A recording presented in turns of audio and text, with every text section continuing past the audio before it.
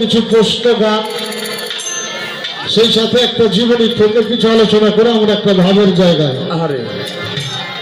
সকলেই ছিলাম।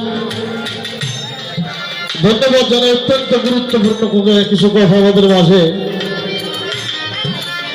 তুলে ধরার জন্য। প্রথমেই যে কথাটা আসছে এই কথাটা হইল এই যে ওরস্বরী আমরা যেটা করতেছি, হ্যালো, ওরের যেটা আমরা করতেছি, ওরসটা সর্বপ্রথম কোথায় হয়েছিল, কে করেছিল?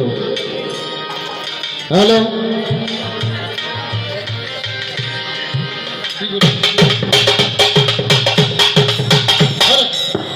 তুই দা ফার্স্ট বেটা